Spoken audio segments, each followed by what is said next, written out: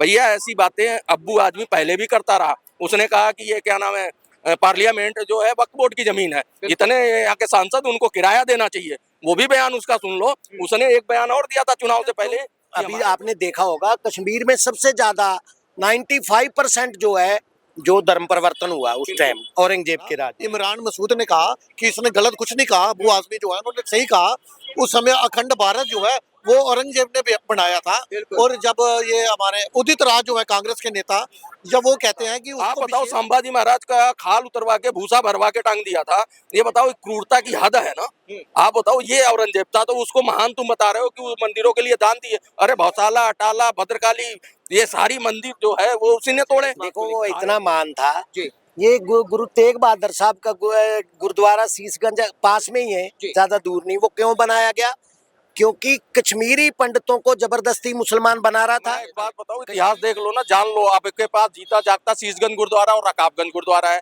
जब गुरु तेग बहादुर को, उसके बाबर टू को, उसका बेटा था किसका, औरंगजेब का, बाबर टू उसने नाम रखा था। वो भाग के वहाँ शरण ली थी गुरु तेग बहादुर पे, तो उनको उठवा लिया था वहाँ से सेना भेज के, और बोला था अब तुम मुसलमान धर्म कबूल करो। उनके बयान से ये पता चल गया कि मुगलों को अपना अब्बू कहने वाले और भी बहुत हैं। ठीक है, देखिए अखिलेश यादव जब इनके बयान को इंडोर्स करते हैं। नमस्कार, एक बार फिर से स्वागत है आप सभी का मुद्दे की बात में। मैं हूं संतोष और आप देख रहे हैं गूंजता भारत। महाराष्ट्र में समाजवादी पार्टी के विधायक अबू आजमी ने एक बार फिर से औरंगजेब पर सियासी बयान देकर जो है कहीं ना कहीं सियासी चंगुल में फंसते हुए नजर आ रहे हैं। जिस तरीके से उन्होंने औरंगजेब के विषय में कहा, उसके बाद से जो है सियासी घमासान मच गया। और जनता इस बात को लेकर क्या सोचती है कि आखिरकार वाकई में औरंगजेब एक अच्छा शासक था, क्या उसके जो तौर तरीके थे वो वाकई में अच्छे थे? इस मुद्दे पे बात करने के लिए मैं जनता के बीच में हूं और जनता से जानने की कोशिश करेंगे कि औरंगजेब को लेकर अबू आजमी का दिया हुआ बयान क्या वाकई में जंगल में आग की तरफ फैल जाएगा या कहीं ना कहीं सियासत के मत्थे ये चढ़ जाएगा। पहले तो बहुत बहुत स्वागत सर, क्या कहेंगे जिस तरीके से अबू आजमी ने बयान दिया है औरंगजेब को लेकर, क्या रहेगी प्रतिक्रिया आपकी उस पे? देखिए अबू आजमी जो है उनके बयान से ये पता चल गया कि मुगलों को अपना अब्बू कहने वाले और भी बहुत हैं। ठीक है, देखिए अखिलेश यादव जब इनके बयान को इंडोर्स करते हैं, जब ये कहते हैं कि किसी को निलंबित करके सच को नहीं दबाया जा सकता, तो इसे हौसला बढ़ता है उनके सांसद का। देखो अबू आजमी ने ये भी बोल दिया कि मैंने अपने शब्द इसलिए वापस लिए थे ताकि मैं चाहता था कि सदन को सुचारू रूप से चालू रखा जाए।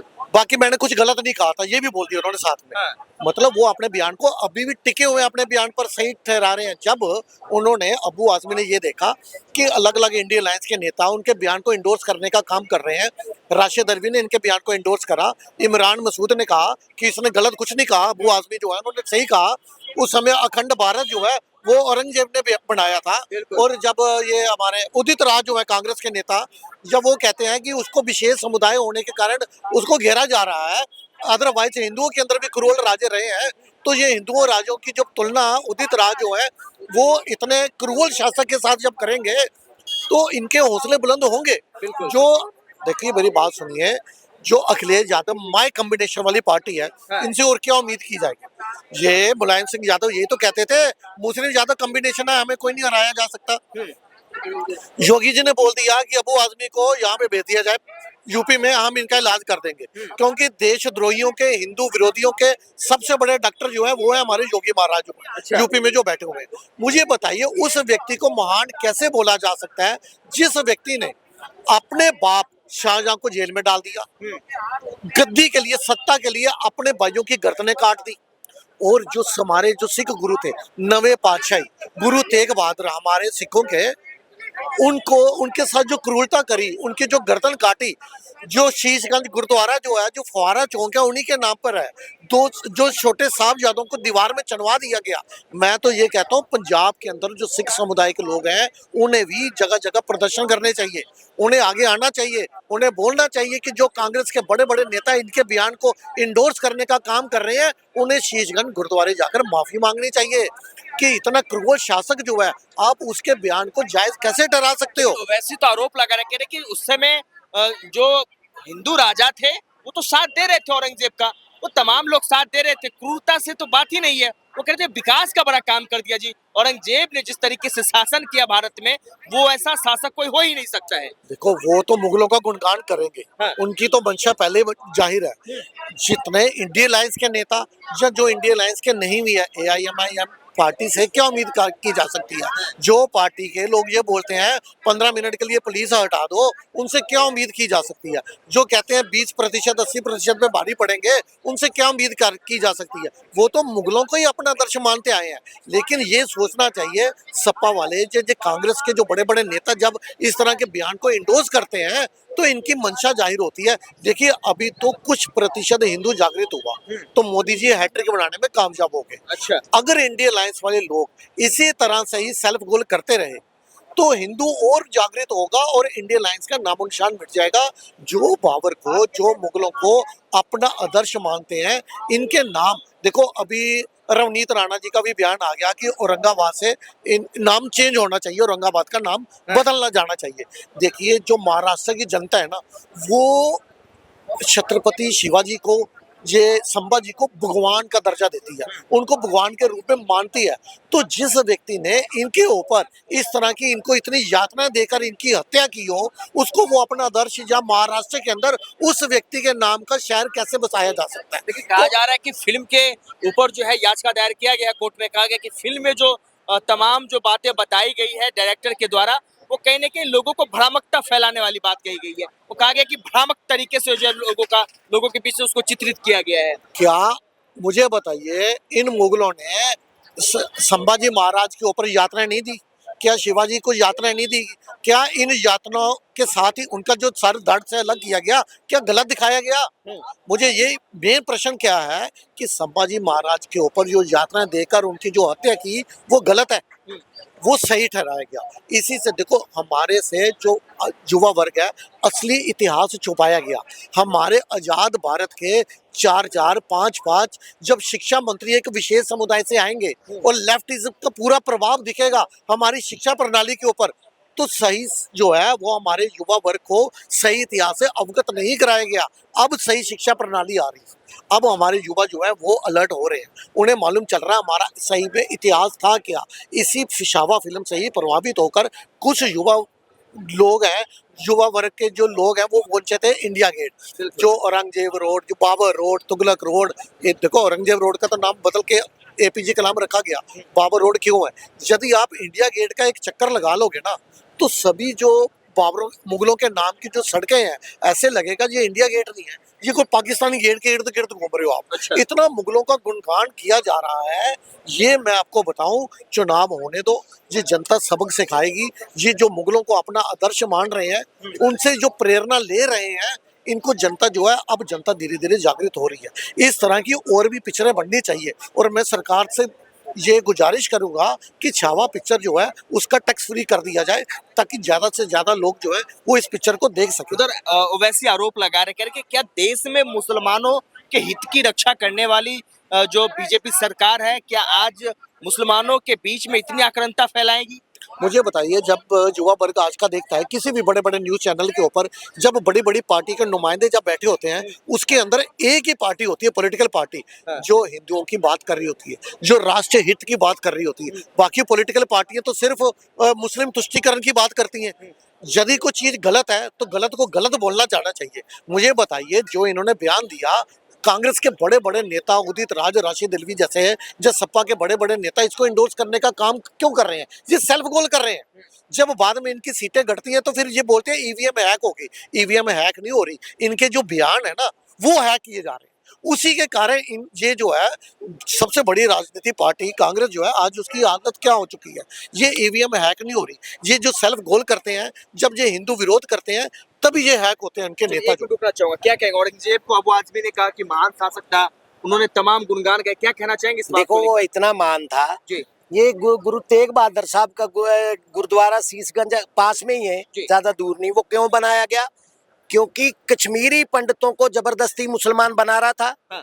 कश्मीरी पंडित जो अभी आपने देखा होगा, कश्मीर में सबसे ज्यादा 95% जो है, जो धर्म परिवर्तन हुआ उस टाइम औरंगजेब के राज में। तो जो कुछ पंडित थे वो गुरु साहब के पास गए बोला जी हमें बचाओ, हमारा धर्म परिवर्तन करवा रहा है। तो गुरु साहब ने यहाँ चिट्ठी लिखी उसको कि भाई हम आपसे बात करना चाहते हैं। तो जब वो आए तो उन्होंने कहा कि भी आप ऐसा क्यों कर रहे हैं, इन लोगों का धर्म परिवर्तन कर रहे हैं। वो कह रहे मैं तो आपका भी करवाऊंगा।